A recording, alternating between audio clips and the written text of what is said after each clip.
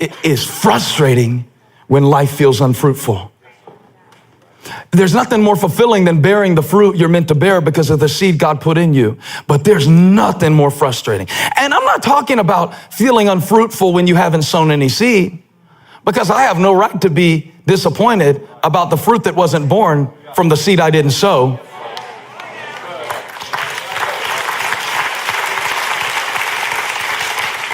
I have no right to be disappointed about the A I didn't get from the book I didn't open.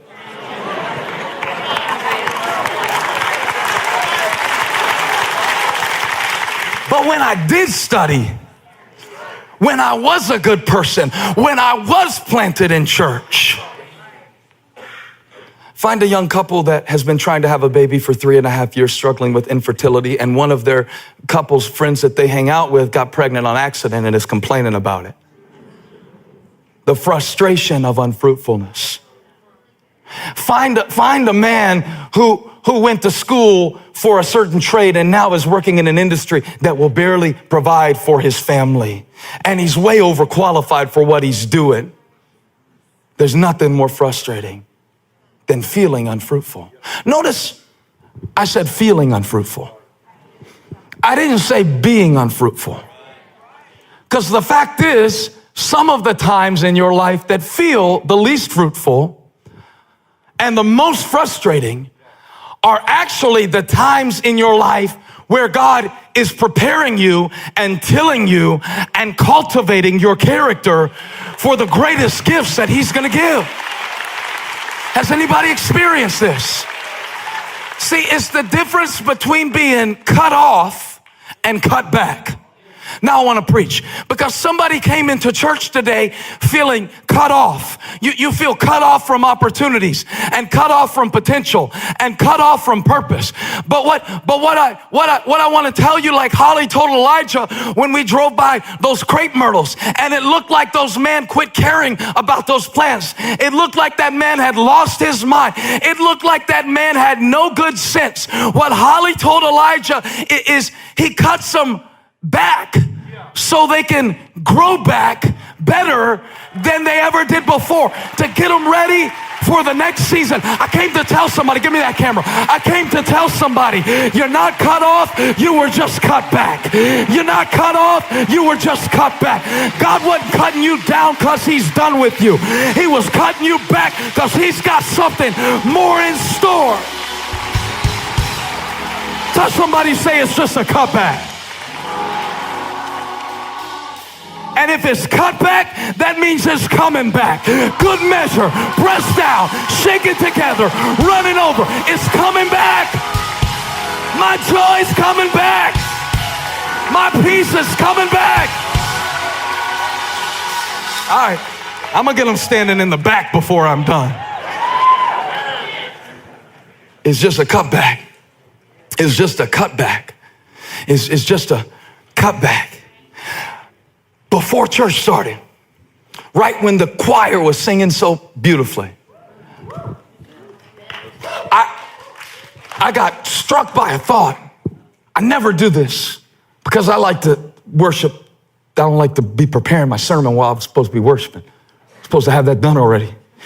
But the Lord hit me with something so strong. I said, I told Buck, go get a notebook. I need to write something down. And I found a Post-it note and I wrote down, let me go back so I can read it now. This is why I had to write it down, because I need to say it to you just like this.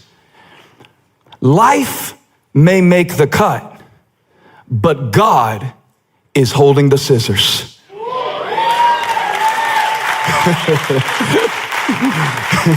And I felt like if I would say that to somebody, it would change your perspective on the pain you're experiencing.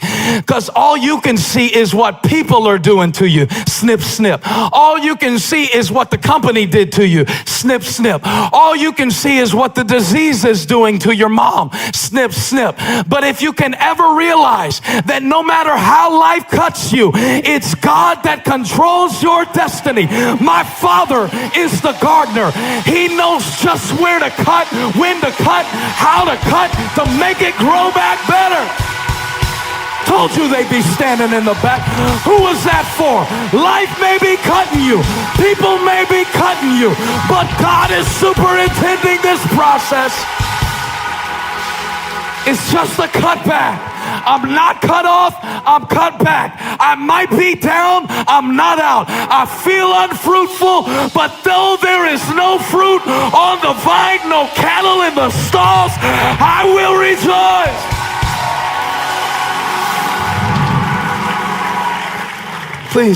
Please believe me when I say I know the frustration of unfruitfulness. I know what it feels like when you put a lot into people and they let you down. I know what it feels like to be the person who somebody put a lot in and let them down. Nobody ever preaches about the other side of that, by the way. I know the frustration of unfruitfulness. And yet in this beautiful passage of scripture, John 15, which everybody in the church has memorized,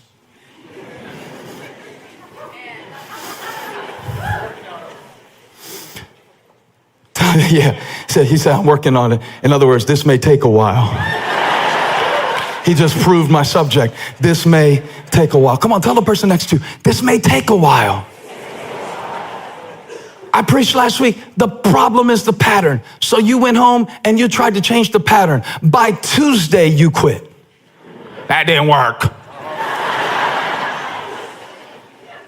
It's Tuesday. It's been 2 days since I preached. You're trying to undo 22 years of patterns in 2 days? This may take a while. You cheated on your wife 4 times and you expect her to forgive you in 4 minutes? This may take a while. Your kids saw you live without God for 14 years. And now you don't understand why they don't want to come to church with you and they think you're a hypocrite? This may take a while. You've been eating one way, thinking one way, approaching life one way. You want God to undo in 45 minutes of preaching what took 45 years of living to plant in the soil? This may take a while.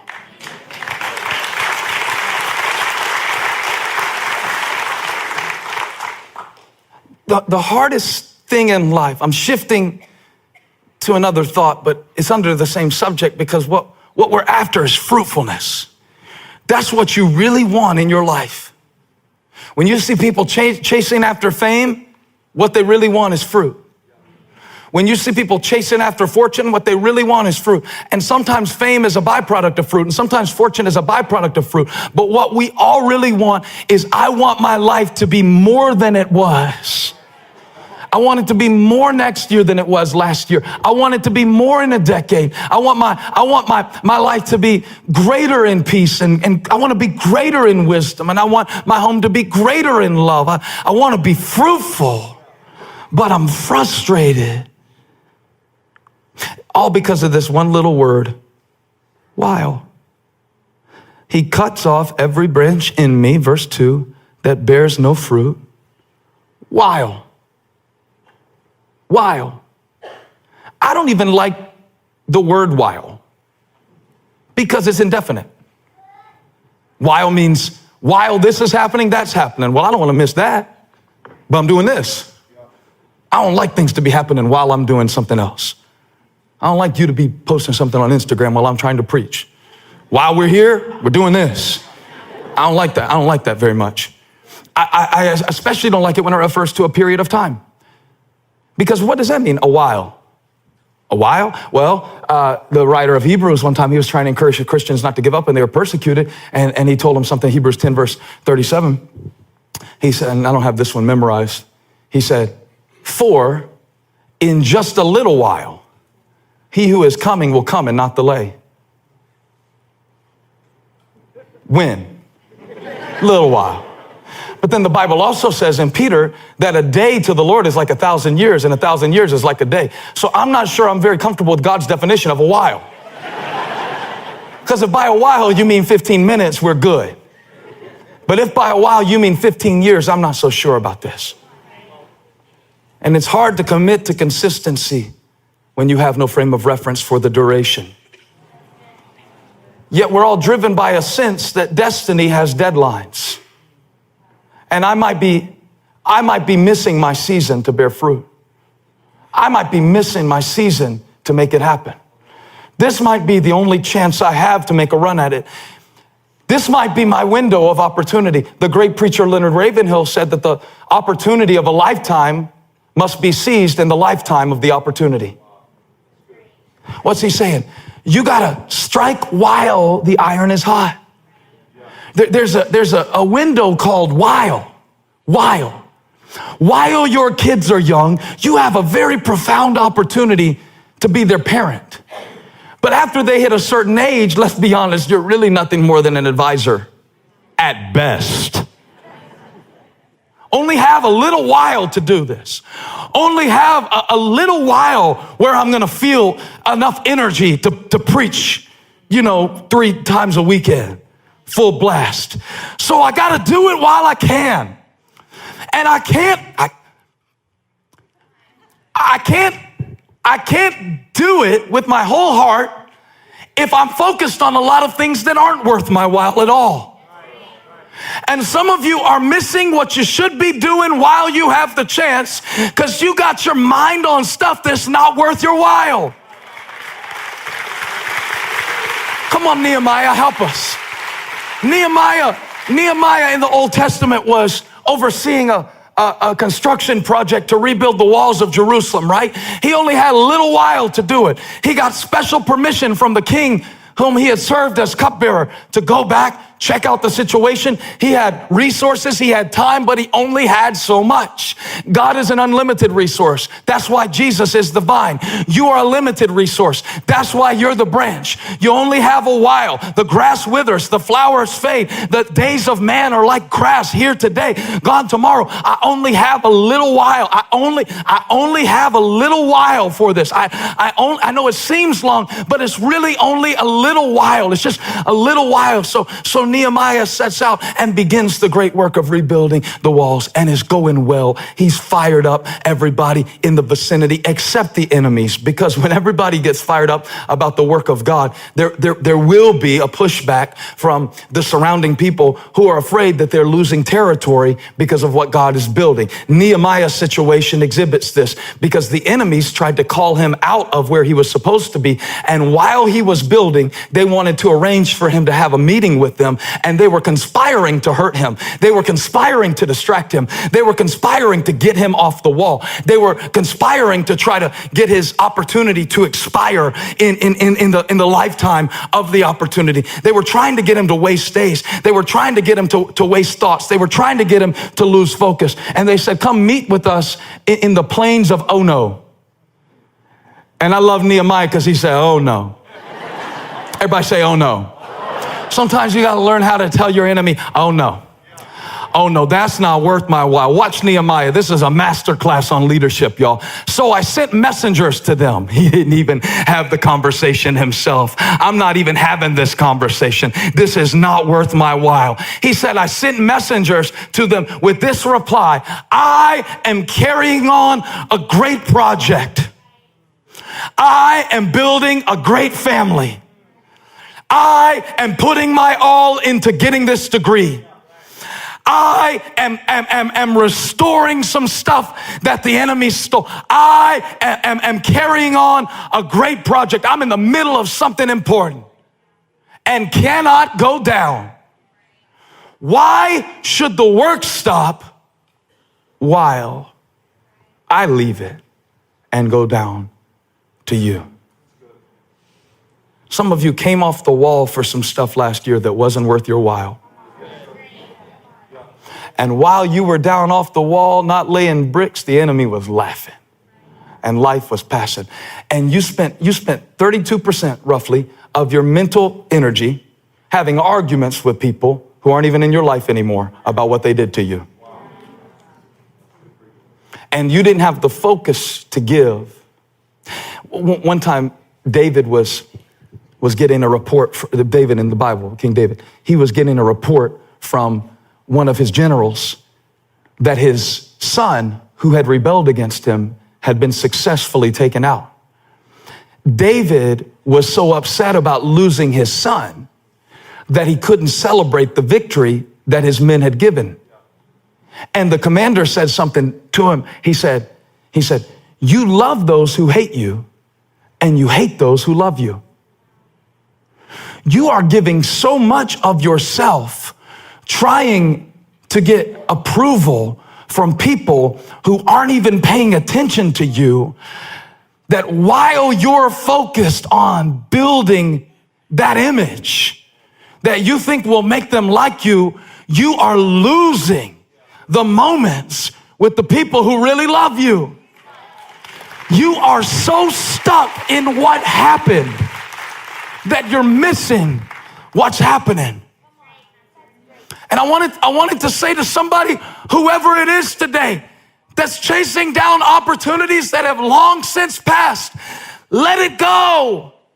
It's not worth your while. It's over. It's gone. It hurt. It happened. Yes, but it's not worth your while to stand in dead places, regretting dead dreams that will never come to pass. It's not worth your while. Holding on to an offense is not worth your while. Complaining about how you were raised is not worth your while. Resenting the opportunities that you didn't have is not worth your while. Because while you're focused on that, you can't build this.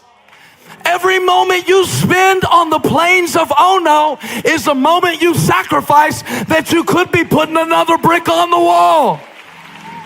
Now come on, let's get back to building. Let's get back to construction. Let's get back to the great project God has called you to.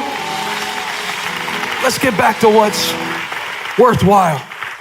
What's really worthwhile? That's what I want to answer today. What's really worth your while? See, you can't be consistent at everything. So we're in a series about challenging our inconsistencies. But the first thing to challenging our inconsistencies is to prune the things that shouldn't be a priority. Because if there's too many branches in your life and if there's too many pursuits, it's going to be sucking all the stuff that should be flowing somewhere else. If there's too many commitments, you won't be consistent in any of them. So God says, like I prune you, I want you to prune your own life. I want you to prune your priorities. I want you to ask the question that even adults rarely stop to ask. Is this worthwhile? To make decisions at a different level so you can